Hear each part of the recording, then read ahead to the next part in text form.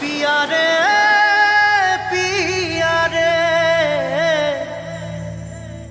ঢেউয়ের শব্দ কখনো গান হয়ে আসে, কখনো নিয়ে যায় প্রিয় মুখ চিরতরে। টলিউডের পরিচিত মুখ রাহুল বন্দ্যোপাধ্যায় আর নেই, যার চোখে ছিল গল্প, অভিনয়ে ছিল জীবন। রোববার সন্ধ্যায় তালসারির সমুদ্র কেড়ে নিল তার জীবন। মাত্র ৪৩ বছর বয়সেই থেমে গেল এক সম্ভাবনার পথ চলা। শোকের ঢেউ আছড়ে পড়ল ডাঙায়। প্রিয় অভিনেতার এমন মৃত্যুতে কাঁদছে টলিউড তথা পুরো বাংলা। সহশিল্পী, ভক্ত ও শুভাকাঙ্ক্ষীরা গভীর শোক প্রকাশ করেছেন।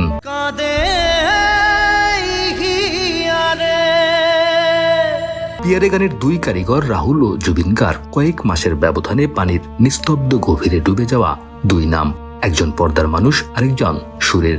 দুজনেই হারিয়ে গেলেন একই অনন্ত নীরবতায়। এ কেমন কাকতালীয় বেদনা।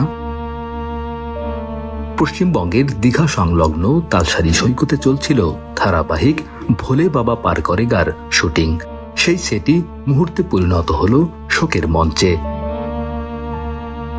হাঁটু সমান পানি মুহূর্তেই রাহুলের গলা ছুঁয়ে যায়, আর তারপর হাবুডুবু, চিৎকার, দৌড়, সবকিছু মিলেমিশে এক দুঃস্বপ্ন। ধারণা করা হচ্ছে তিনি প্রচুর পানি গিলে ফেলেছিলেন। ইউনিটের সদস্যরা ছুটে যান, মৃত্যুর সঙ্গে লড়াই করে ফিরিয়ে আনা হয় তাকে, কিন্তু শেষ রক্ষা হয়নি। 10 কিলোমিটার দূরের দীঘা মহকুমা হাসপাতালে নেওয়ার পর চিকিৎসকরা জানিয়ে দেন সব শেষ।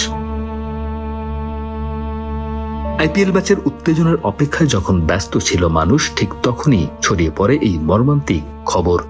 একজন শিল্পীর মৃত্যু নয়, এ যেন এক অনাকাঙ্ক্ষিত দৃশ্যের হঠাৎ কাট।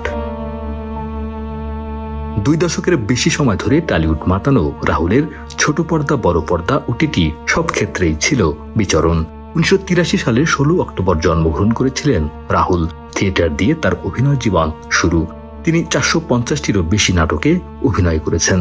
বড় পর্দায় অভিষেক হয় চিরদিনই তুমি যে আমার চলচ্চিত্রের মাধ্যমে, যা ব্যাপক সাফল্য পায়। এছাড়া জ্যাকপট, পরাণ যায় জড়িয়ারে, কাগজের বউ সহ বহু চলচ্চিত্রে অভিনয় করে ইন্ডাস্ট্রিতে নিজের জায়গা পাকা করেন এই অভিনেতা। সমুদ্রের ঢেউ বারবার ফিরে আসবে, কিন্তু রাহুল আর ফিরবেন না। শুধু রয়ে যাবে তার অভিনয় আর এক গভীর শূন্যতা।